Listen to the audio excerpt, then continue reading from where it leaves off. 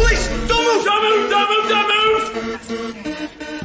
ကျွန်တော်စားတော့ဆိုင်တစ်ဆိုင်မှာစားနေတော့ရုတ်တရက်ထူးထူးဆန်းဆန်းဖြစ်ရတဲ့တစ်ခုကိုသတိထားမိလိုက်တယ်။ဘယ်ကနေဘလို့ရောက်လာမှန်းမသိတဲ့ရဲကားအုပ်စုကြီးကဆိုင်ကိုဝိုင်းထားလိုက်ကြတာဗျာ။ရဲတွေကတယောက်ယောက်ကိုလိုက်လံဖမ်းဆီးနေတဲ့ပုံစံပဲ။ကျွန်တော်လည်းပတ်ဝန်းကျင်ခြေအနေကိုချက်ချင်းအကဲခတ်လိုက်တယ်။ဆိုင်ထဲမှာတက်ကြီးတွေကိုဇနီးမောင်နှံတွဲနဲ့စော့ကစားနေတဲ့ကလေးနှစ်ယောက်ပဲရှိတာ။အဲ့ဒီတော့ရဲတွေလာဖမ်းတာကျွန်တော်ကိုပဲဆိုတာချက်ချင်းသဘောပေါက်သွားတော့တယ်။ဘာမှတွေးဝေးမနေပဲခက်ရင်းကိုချမှုန်းပိုးရှင်းပြီးလက်နက်ဖက်လုံးကိုစပွဲပေါ်တင်ထားလိုက်တယ်။အဲ့ဒီအချိန်မှာပဲလက်နက်အပြည့်စုံနဲ့ရဲအရာရှိနှစ်ယောက်တကားကိုဝုန်းကနေတွန်းဖွင့်ပြီးဝင်လာတော့တာပဲ Police! Don't move! Don't move! Don't move! Don't move!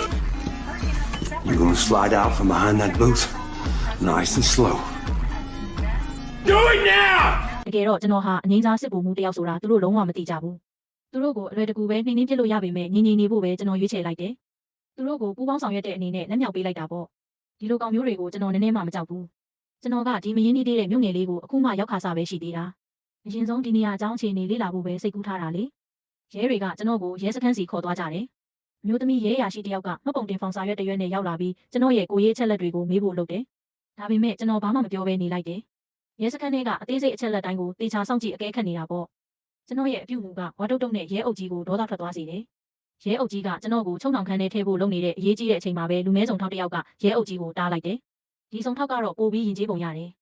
သူကကျွန်တော်ကိုအစည်းအဝေးခန်းထဲတယောက်ထဲခေါ်သွားပြီးသူတို့ဘာကြောင့်ဖမ်းဆီးရတယ်လဲဆိုတာကိုရှင်းပြတယ်မင်းညကဒီမြို့မှာရဲရဲဆက်ဆက်လူတက်မှုတစ်ခုဖြစ်ပွားခဲ့တယ်တဲ့တေဆုံးသူဟာ9 မီလီမီတာကြီးစံနဲ့ဦးကောင်းနောက်စိတ်ကိုအနီးကပ်နှစ်ချက်အပြစ်ခံရတာပြစ်မှတ်တေဆုံးသွားတာတေချာပြီးဆိုမှလူသက်သမားကကြီးကွန်တွေကိုကောက်သွားယုံတင်မကပဲတေဆုံးသူရဲ့ရုပ်လောင်းကိုပါအတော်ကြာအောင်ရိုက်နှက်သွားခဲ့သေးတယ်နောက်ဆုံးမှာတော့အလောင်းကိုကတ်ထုပြားပြားတစ်ခုနဲ့အလွယ်တကူပဲဖုံးအုပ်ထားခဲ့တယ်ပေါ့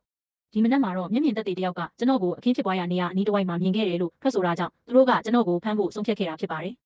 စုံထောက်ရဲ့ပြောပြချက်ကိုကြားပြီးနောက်ကျွန်တော်ကိုခုခံကာကွယ်ဖို့ဆုံးဖြတ်လိုက်တယ် I didn't kill anybody. At least not recently. And not in this town. စုံထောက်ရဲ့ဒီလူတက်မှုအပေါ်ကနဦးပြောပြချက်တွေကနေတဆင့်ကျွန်တော်ဟာအမှုနဲ့ပတ်သက်တဲ့အသေးစိတ်အချက်လက်အမြောက်များကိုချက်ချင်းဆန်းစစ်လိုက်နိုင်တယ် 3 men dropped this body. Enlighten me.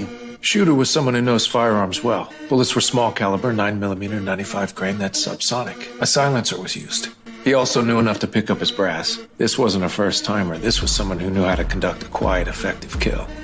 Okay, go on. You're also looking for a psycho who'd beat up a body post-mortem. Someone completely unhinged. Totally different profile from your professional shooter. Something wrong? No. You said there were 3. Your psycho isn't suddenly going to be rational enough to know he has to hide the body, and your meticulous shooter isn't going to do a sloppy job with roadside cardboard. But the third guy's so worried about getting out of there, he grabs some nearby debris and just lays it across the corpse. You said the victim was big, so most likely his feet were sticking out, and that's how he got spotted. Tall people never have enough room for their feet. Interesting.